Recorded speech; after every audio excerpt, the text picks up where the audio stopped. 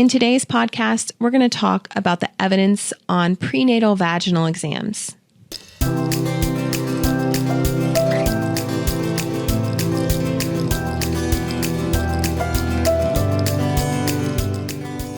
Hi, everyone, and welcome to today's podcast at Evidence-Based Birth. My name is Rebecca Decker, and I'm a nurse with my PhD and the founder of Evidence-Based Birth. Today, I wanted to look at the evidence for a question that came from an expecting first-time mom who wishes to remain anonymous. She wrote me, "What is the best evidence to give care providers when you want to decline cervical checks at the end of pregnancy? The OB/GYN practice currently checks weekly starting at 36 weeks. I know this doesn't seem like a best policy, but it would be great to have evidence to reference when I decline." This is a great question, and it's one I get all the time. Not just from people who are pregnant, but also from doulas, childbirth educators, and midwives. Everybody wants to know what's the evidence for those weekly cervical checks, also sometimes called pelvic exams or vaginal exams. The thing about cervical checks towards the end of pregnancy is that they can be quite uncomfortable both physically and emotionally, especially for people who may have had a history of past sexual trauma or abuse. Cervical exams can be used to detect dilation and effacement. Whether or not this is actually useful is doubtful, because really all this does is satisfy your curiosity or your provider's curiosity about where you are dilation-wise, but it doesn't really mean anything clinically.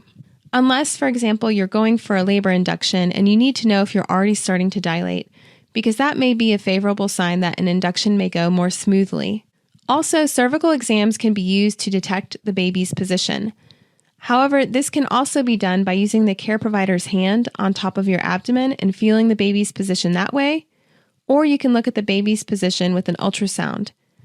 Mostly, these cervical exams being done weekly are really done more out of tradition and routine than anything else. We have two studies that were done quite a while ago that looked at the effects of those weekly cervical checks. The first study was published in 1984. I know that might seem like a long time ago to some of you, but this was actually the first study of its kind on cervical exams, and there's only two studies, so it's important to look at these even though they're older because they still give us some good information.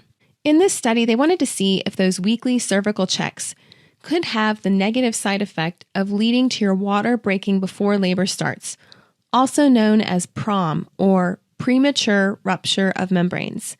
This means that your water breaks before the beginning of labor. Your water breaking before labor starts can have no negative impact, or it could have a negative impact. PROM does put you at higher risk for a longer labor. It can also make you and your baby more likely to have infections, and it may mean that you might need a medical induction. Avoiding PROM when possible is a good thing. These researchers wanted to know if the weekly cervical checks caused PROM.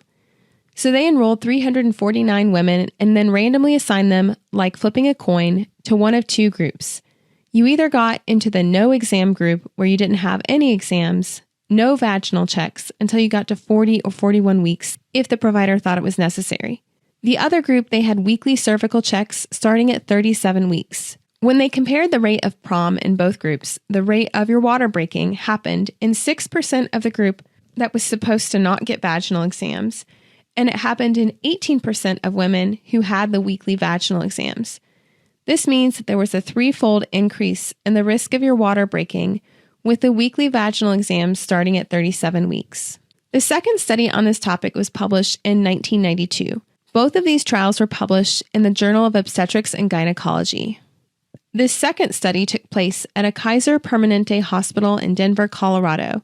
The doctors there had been debating over whether or not weekly cervical checks towards the end of pregnancy influenced the risk of PROM, or your water breaking before labor.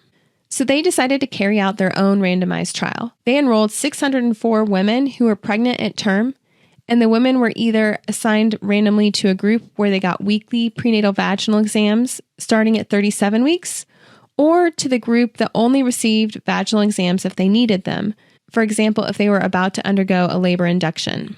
On average, women in the vaginal exam group had about 3 vaginal exams prenatally before they went into labor, and women in the other group had about 0.6 exams on average.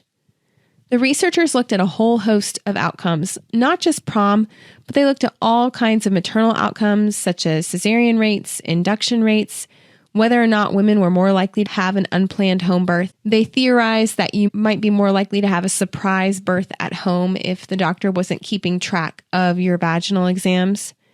They also looked at all the different newborn outcomes related to the newborn's health.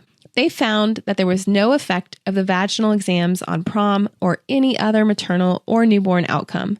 Also, they found that women were not more likely to have an unexpected surprise home birth if they did not have the vaginal exams. Basically, they summarized the study results as saying that there was no harm and there was no benefit to weekly prenatal vaginal exams towards the end of pregnancy. Why is it that the two sets of researchers found different results? One set of researchers found that the prenatal vaginal exams led to a higher likelihood of prom, a 3-fold higher risk.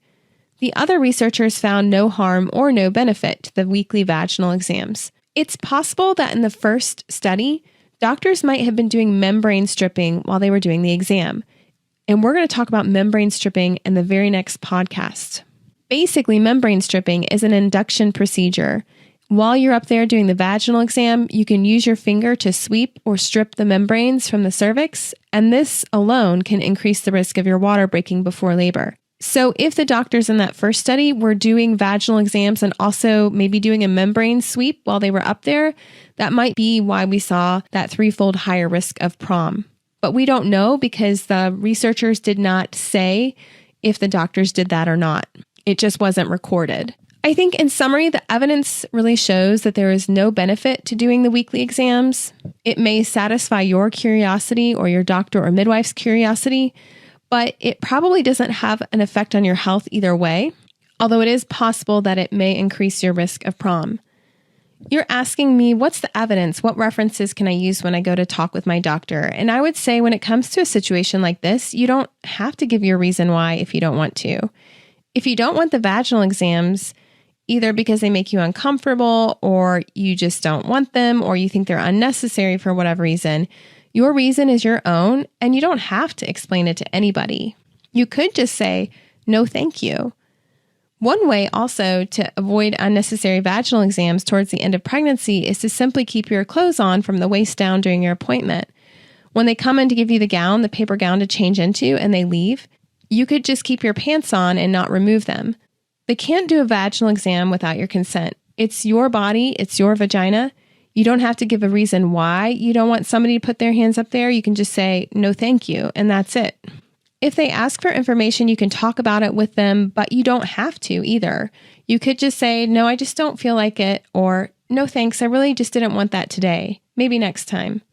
That's something to think about. It's your body. You get the right to choose. When push comes to shove, they have to respect your decision because they can't forcibly make you undergo a vaginal exam. Anyways, I hope this was helpful.